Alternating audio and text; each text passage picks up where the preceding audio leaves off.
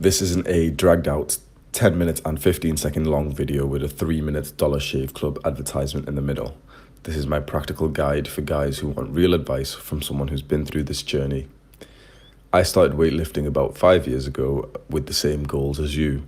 I'm going to try and give you the best real advice I can in hopes of helping other guys who were at my starting point, because honestly, it's unreal how much my life has changed due to this grind. I'm going to do some assuming here. You're a young male aged 13 to mid-20s. You chose this video specifically because it's a guide on building an attractive body. So I'm going to assume that you want to attract the opposite sex and you believe building a muscular body helps with this. I'll just tell you the truth right now. It absolutely does. Building an attractive physique means to resistance train. That is weightlifting. This makes muscles while focusing on a progressive overload. So that literally just means making progress as you go along, using heavier weights, doing more reps, longer workouts.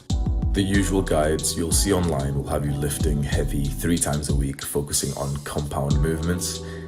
This advice is given by guys on Reddit who look like this. Take this advice if you do not want to look attractive. Here is what I call the hierarchy of attractive muscle groups. Just quickly, I said this was going to be a no bullshit guide, so I'm going to follow that.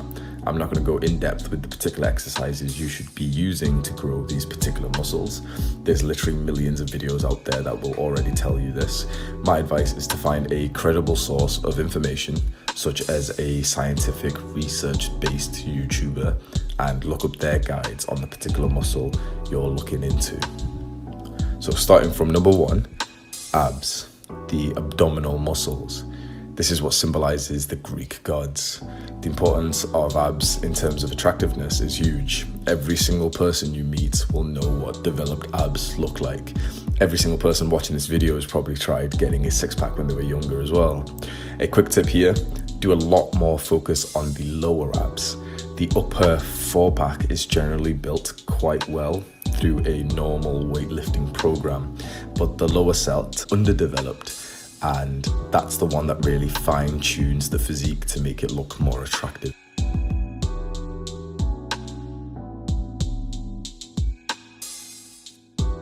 Number 2, the neck. I bet you aren't training your neck, and you've probably never even heard of neck training before.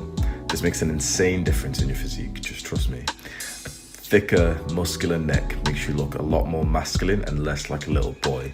The neck is a body part that is pretty much always visible no matter what type of clothing you wear, so it's important to develop this. Don't be like those bodybuilders who will train for years and never do anything directly for the neck, because getting a developed body which is grown in size and your neck is still the same size makes you look really strange. So I'll place a picture here where you can see a bodybuilder who hasn't trained his neck. The guy's jacked, but if we just can see his neck and his face, he'll look like a skinny boy. Then I'll uncrop his body and you can see how big he is. But if you were just able to see his face, you wouldn't have realized that he put in probably 10 years into the gym. Just because he didn't train neck, you couldn't even see that dedication. It's crazy. Number 3, the delts. So shoulders, specifically the lateral delts. Lateral just means side, so this literally just means the side of your shoulder.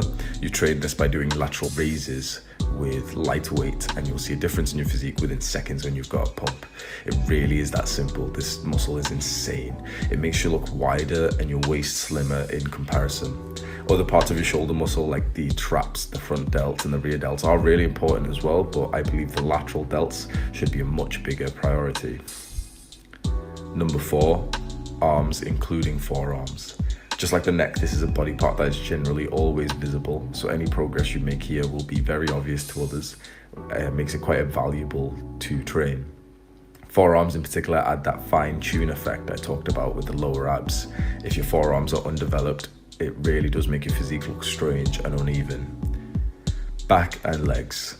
I've put these at the lowest hierarchy. Don't get me wrong, don't skip these days and don't not train them. I still train back and legs twice a week and I hit them hard. I make progress on them. However, I feel like these muscles generally round off your physique so it doesn't really look weird if they're undeveloped. But there's certainly other muscles that should be a much higher priority if you're focusing on aesthetics, building an attractive body. No girl has ever said that she's attracted to you because you've got massive quads or calves. Diet. You can get into this to optimize your performance in the gym, but generally a lot of people get off put due to the diet changes most guides will tell you.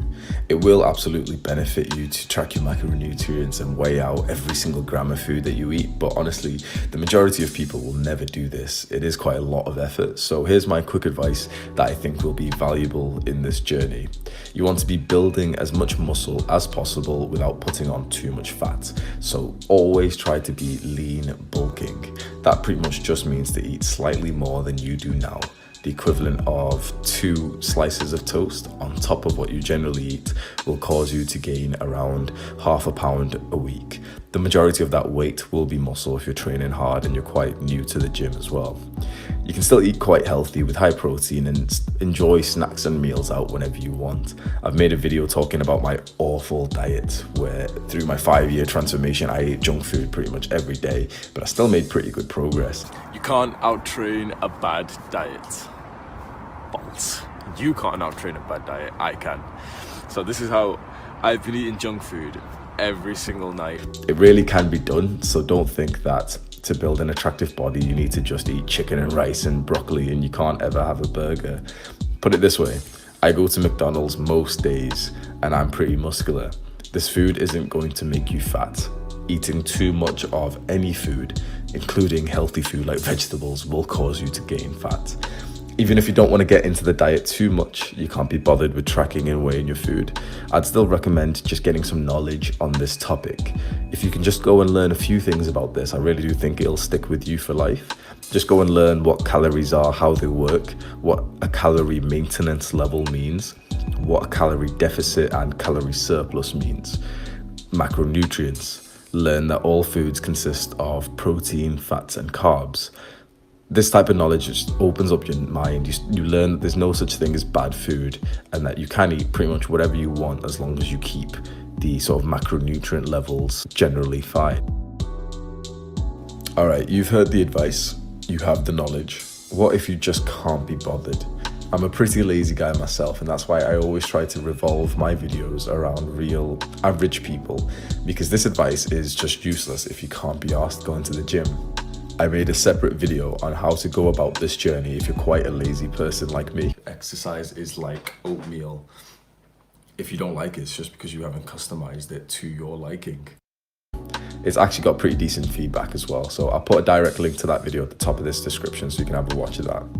My idea for this is for you guys to save this video in your YouTube watch later, saved videos, liked videos, whatever, so you can just come back to it multiple times in the future to refresh your memory. So in terms of that, I'm just going to fire off a bunch of quick random tips that I can think of that would be valuable if you're watching this in the future. So just quick, sleep is very important. Get more than 8 hours. Everyone will tell you to get 6 to 8. No, get 8 to 10. If you're working out, you need longer. There's no such thing as overtraining, it's under recovering. So if you can only sleep a certain amount of hours at night time and you have to wake up at 6 or 7 for work or for school, that's fine. You'll only get 6-7 hours. But when you come back, there's nothing stopping you from just having a half an hour, 20-minute nap and doing that twice. And studies say that that's actually pretty healthy for you as well.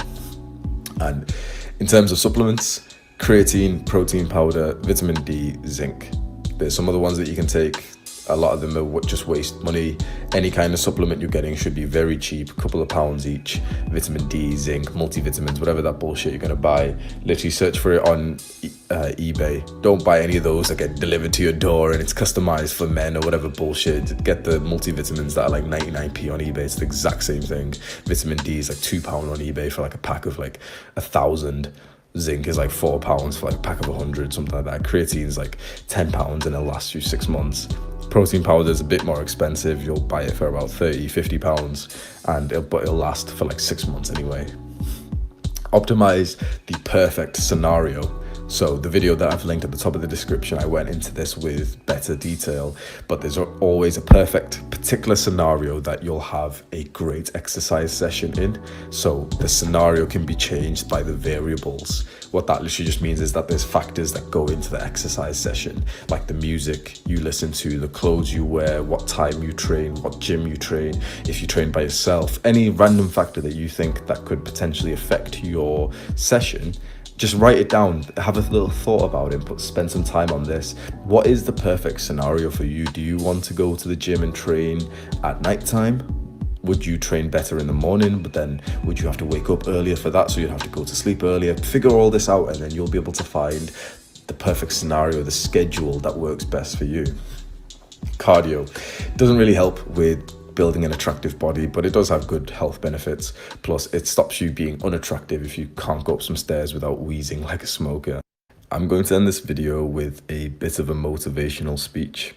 I've kept calling all this a journey. That's exactly what it is. This is your journey. You're writing the chapters of this book. Make sure when you look back, you'll feel proud of the effort you're putting in. We all wish we could be teleported back in time and slap some sense into our younger selves and tell them to work harder. Make sure your future self isn't looking back at you today and thinking this. Make sure your future self thanks you for the work you're putting in today. And as always, buy my premium Snapchat.